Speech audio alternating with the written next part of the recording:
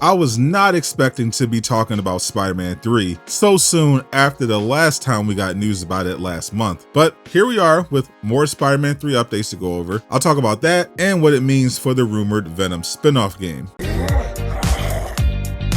What to do, Durag Nation? I'm back with super news telling you everything you need to know in 5 minutes or less because I respect your time if you subscribe. So smash that like button to share this with more people or change it to a dislike if the video was trash. So even though it's still a bit early for an announcement trailer, it's already well confirmed that Insomniac Games is already working on a sequel to the 2023 hit Spider-Man 2. This was first confirmed by the cyber attack, which leaked early prototype gameplay of Spider-Man 3, but fortunately, those fatherless hackers didn't get any story details or information on voice actors, like what happened with Marvel's Wolverine. At this point though, the assumption from fans was that we get some sort of Spider-Man 2 DLC to tie up the Carnage loose ends, then jump straight to Marvel's Wolverine, followed up by a Miles Morales-sized Venom game, and then wrap things up with an epic showdown against Norman Osborn in Spider-Man 3. But a lot of those plans seem to have changed. Insomniac famously shot down hope about story expansions for Spider-Man 2 while leaving the door open for non-story based DLC.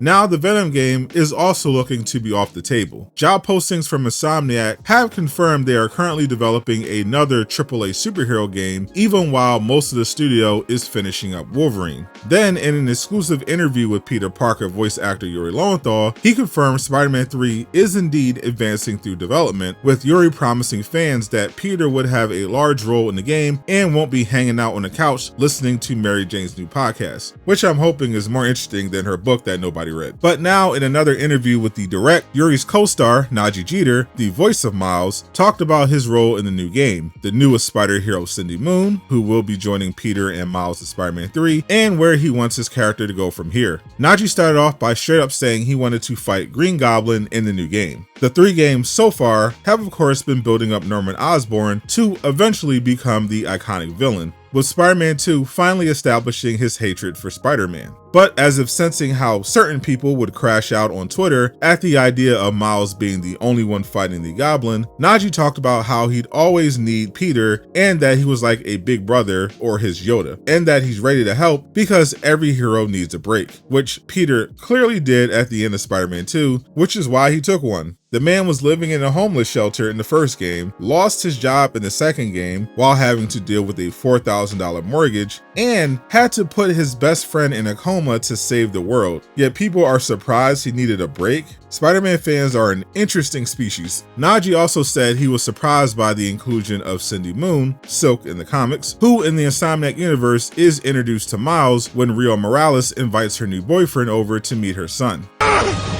It should have been me, not him! But Nadji is excited to see the direction it all goes, especially with villains, since Miles got his closure with Martin Lee in Spider-Man 2 and will need new challenges in his 4th game. Maybe they introduce the Spot in Spider-Man 3, or have Miles deal with the Chameleon or Hydro Man, who were both teased in Spider-Man 2, with Chameleon actually briefly appearing. Nadji closed by confirming he'd love to play Miles Morales in live action, though the 28-year-old is definitely too old to play MCU Miles. However, Sony should absolutely look into doing a live-action Miles Morales trilogy instead of slop like Kraven and Madam Web. All this is making me excited for Spider-Man 3, but based on everything going on with Insomniac, it doesn't sound like they're currently working on Venom at all. It's been a busy week for the studio, as we also got updates on Marvel's Wolverine and a new patch for Spider-Man 2. Click the video on screen to learn more.